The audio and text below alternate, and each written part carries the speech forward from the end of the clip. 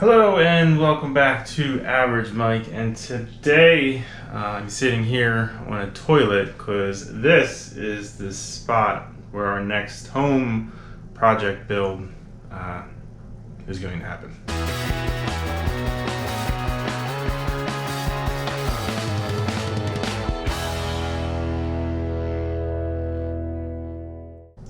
Welcome back to the channel, and before I get started, I just ask that you please subscribe to the channel if you like this video. Give the video a like, comment below what you think, and it all helps me continue doing this stuff, and I really appreciate it.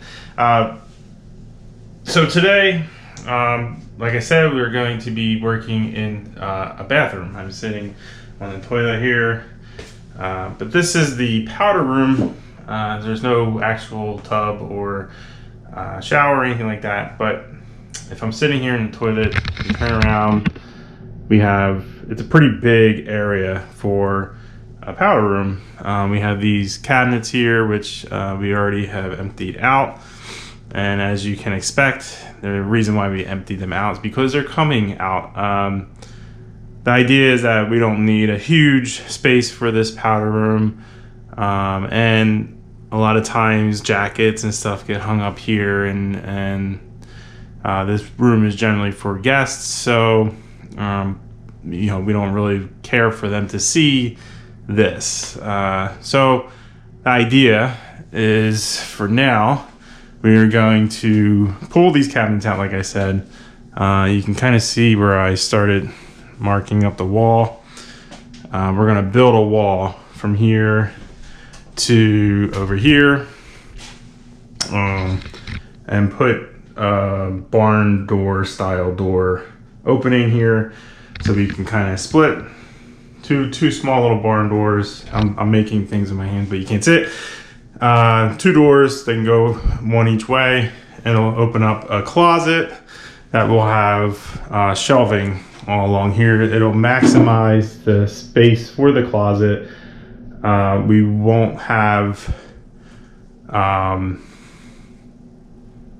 these cabinets anymore, and allow us to close these doors, and those doors will kind of match the theme of this room, which is white, gray, maybe a black barn door hardware, and we will probably most likely replace this as well. Kind of going with everything that's wood or stained color will probably go away, and we will upgrade this vanity mirror and change up the color a little bit as far as the wood goes. So for now, these cabinets actually are going to come in here. This room is a mess because, again, we were kind of emptying things out. We're gonna move some of, or at least that one pantry cabinet in here. Each kid will have a locker cabinet, if you will. They can store their baseball stuff and whatever in here. Probably gonna move the fridge, kind of rearrange some of these cabinets to kind of make it all fit and look okay. So I guess first things first, like I said, I already kind of started doing some of this. I did remove a cabinet in there. We're going to take these two cabinets out. We'll put this one aside for now. We'll move this one into there.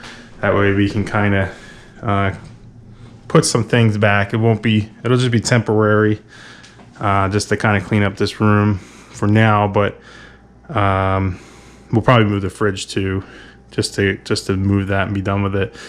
But I don't know the exact configuration of cabinets we're going to need. Probably may need to buy a cabinet just because of the space and what cabinets I have to work with. They're not the right size. So, but we'll deal with that later. For now, for this video, it'll be mostly in here. We'll pull these cabinets out, and then we'll work on trimming around to start building our wall. So let's get started.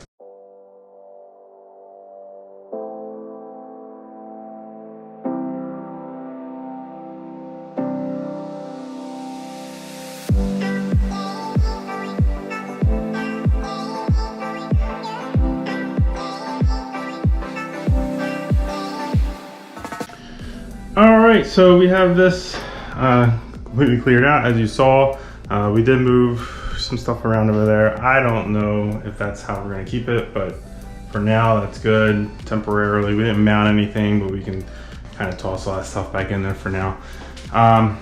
Going back to this line, we kind of want it to be at least, I think 18 inches is the biggest shelf you can have. With a little bit of space, we came up to this point here. And really why I came to this is because I want to be able to mount my wall to a stud, at least on one side. So I made sure that, or at least I think I made sure that by finding a dimple here where the screw popped through or what have you. So I'm willing to bet, and it sounds like it, there's a stud right there. I'm gonna cut along this line on this side just to make sure you know, we're gonna hit a stud at some point here, and then I have a level line going all the way up. If that is the case and this is where we end up, or at least when I'm done cutting, we'll measure where exactly we want from the corner out. We'll do the same over here, corner out, and then draw a line up this side, cut this out, and then we'll have to do the same up top and around this soffit. So for now, why don't we cut, or at least mess around down here and see where exactly that stud is, make sure this line is exactly where we want it, and then we'll cut this completely out.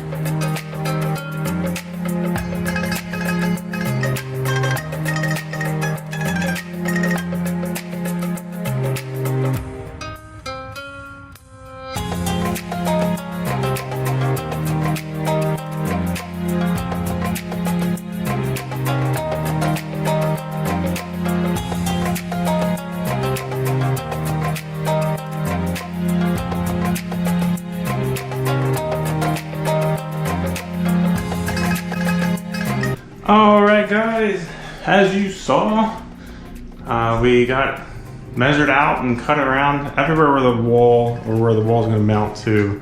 The new wall is going to be placed against the wall. So we'll be putting a 2x4 here all around, and then starting out, creating the door opening. You all see that, but you're gonna have to wait until the next video for that. One thing, just to make sure, as you saw, I was using my Milwaukee, it's called, I think it's an oscillating saw. I've used this before, or not this one. I use the electric one. You can buy it at Harbor Freight for pretty cheap. I was using that in the kitchen, but on Prime Day, they kind of ran a deal, and I got a bunch of Milwaukee tools. This is nice because it's battery, lasted the whole time. Pretty awesome. But you gotta watch when you're using this. You don't know what's behind the sheetrock, so you kind of want to make sure you don't stick it all the way through, or you know, be conscious of maybe where wires are. And one of those spots is actually right there, as you see in these soffits. Soffits generally hide electrical pathways or vents or piping. In the kitchen, it was hiding some, actually everything but vents. We had some piping in there and some electrical, but that was all secured up against the wall for the most part. This here is just laying on top of there's probably some joists going across this way, possibly. I'm not 100% sure of that. I didn't really look, so they might be sitting like on top of that, but it's pretty close to sheetrock. So luckily, like I said, I wasn't really going, in a lot of cases, I wasn't even actually going all the way through. You get the majority of it and it'll break off in the back. So luckily this didn't poke through, cut any of those wires or anything like that. You just have to be conscious of that, especially along walls. As you can see, there's no outlets in this side of the room. There's really only one by the sink. So we're pretty sure that, along the walls, and generally along the walls, they're running through the middle of the stud. So, you got a little bit of space there, but they also do run along the side of it, and it might, you just have to be conscious. That's all. You don't want to get zapped or break anything or have to do any wiring repairs or stuff like that. So yeah, just keep that in mind. But anyway, that is going to be it for today. I think I made enough of a mess. Then I'm going to have to clean myself up. I already kind of cleaned up around here. So, but if you're excited to see what is going to come of this, I urge you again to please subscribe, like the video if you liked it, comment below if you have any comments or want suggestions or what have you. I'm not 100% sold on what exactly I'm doing here, although I do have a pretty good plan, I think, in place. So, but yeah, I'll listen to anybody who wants to comment. I try to respond to comments as much as I can as well. So go ahead, maybe we can have a talk. But also, we are going to be running our 1,500 subscriber giveaway. If you see that I'm not over 1,500 subscribers yet, or I'm just over 1,500 subscribers, make sure you turn on that post notifications, because I will be announcing on Instagram and on YouTube that once we hit that 1,500 subscribers, we'll probably do a live video like we always do on Instagram. You can see what you could win. I already posted that. That was a 42-piece Craftsman. Has like those torque spit sockets, Allen head sockets. Awesome kit to have, because otherwise you just have those, handheld ones that stink. So good thing to win there. So make sure again you subscribe and turn on the post notifications in that video to enter to win that. The prize will be out as soon as we hit 1,500 subscribers, and then we'll do a live video on when we actually do the contest. So, all right, that is going to be it for today. Like I said, if you are excited to see how this ends up, just keep an eye out. We'll be posting soon. So, all right, until then, I'll catch you guys next time. Later.